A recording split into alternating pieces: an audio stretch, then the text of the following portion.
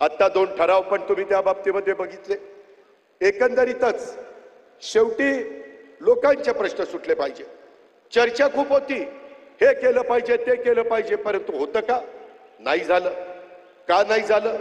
आता ज्याचा उल्लेख प्रफुल्ल पटेल साहेबांनी केला, जात न्याय जनगणना, एकदा सर्वांना कळलं पाहिजे, देशातल्या लोकांना, महाराष्ट्रातल्या लोकांना कळलं पाहिजे की नक्की कुठला समाज किती संख्येने आहे। उद्याच्याला जो गरीब समाज आहे, जो मागासलेला समाज आहे, त्यांना जर उद्या मी अर्थसंकल्पातनं ज्यादा निधी द्यायचं म्हटलं तर संख्येच्या प्रमाणामध्ये आपण निधी देतो। आपला मागासवर्गीय समाज असेल, आपला आदिवासी समाज असेल, या प्रकारे मी निधीचं वाटप करत असतो आणि ते सूत्र आपण सगळ्यांनी स्वीकारलेलं आहे।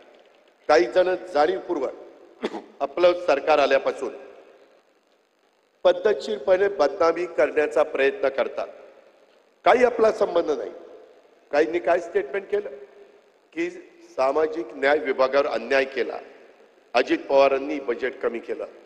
इथं नरहरी झिरवाळ आहे, बाकीचे माझे सहकारी आहेत, त्यांना विचारा, माझ्या राष्ट्रवादी काँग्रेस पक्षाच्या इथं असणाऱ्या, बाहेर सगळीकडे ऐकत असणाऱ्यांना प्रत्येकाला माहिती पाहिजे, बाबांनो, यंदाचा 7,20,00,000 रुपयाचा अर्थसंकल्प महाराष्ट्राचा सादर करत असताना महायुतीच्या सरकारने जवळपास 40% गेल्या अर्थसंकल्पापेक्षा आपण अनुसूचित जमाती म्हणजे आदिवासी विकास विभागाला वाढून दिलं।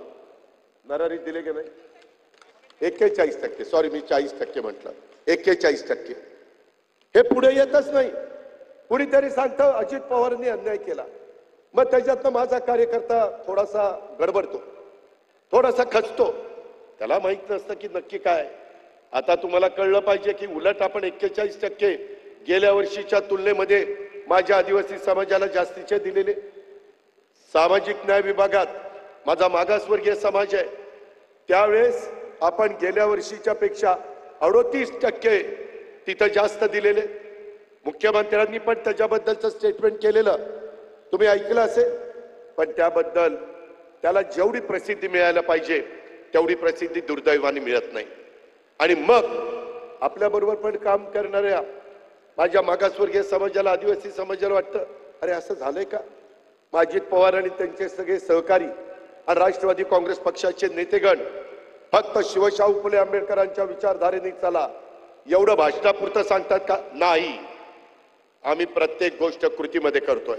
आता इथं आदिती तटकरे बसली आहे, त्याच्यामध्ये तिला विचारा, मागच्या वेळेस आपला दारुण पराभव लोकसभेला झाला, 4च जागा मिळाल्या। आम्हाला सगळ्यांना सांगितलं 1 जागा तुम्ही महादेवराव शिवणकरांच्या करता सोडा, नाहीतर तिथं राजेश विटेकरची उमेदवारी ठरलेली होती। आपण ऐकलं, शेवटी सगळ्यांना संधी मिळाली पाहिजे आणि त्याच्यातून 75% आपल्याला पराभव स्वीकारावा लागला। प्रांताध्यक्षामुळं 1 जागा निवडून आली, 25% झाले आणि तिथं थोडंसं गडबड झाली। कार्यकर्त्यांच्या मनामध्ये चलबिचल झाली, अरे काय झालं, कशामुळे झालं, काय त्याच्यातनं आपलं चुकलंय का? आणि हे सगळं होत असताना आम्ही पण विचार केला, कारण आम्ही आज राजकारण करत नाही। सुदैवाने माझ्यासारख्या कार्यकर्त्याला एकत्र काँग्रेस असताना प्रफुल्लभाईंना माहिती आहे, प्रफुल्लभाईंना पण 91लाच खासदारकीचं तिकीट मिळालेलं होतं काँग्रेसचे उमेदवार, आणि मलाही 91 साली खासदारकीचं तिकीट बारामतीतनं मिळालं होतं। आम्ही दोघे एकत्र खासदार झालो। नंतर काही राजकीय घडामोडी घडल्या, मला राज्याच्या राजकारणात यावं लागलं, आदरणीय पवार साहेबांना दिल्लीत जावं लागलं, पण त्यावेळेस आम्ही काँग्रेसमध्ये आपण सगळे होतो आणि त्यानंतर 99ला स्थापना झाली। सांगायचं तात्पर्य की ह्या सगळ्या गोष्टी घडत असताना आता लोकसभेला फटका बसल्यावर शेवटी लोकांची नाडी ओळखता आली पाहिजे।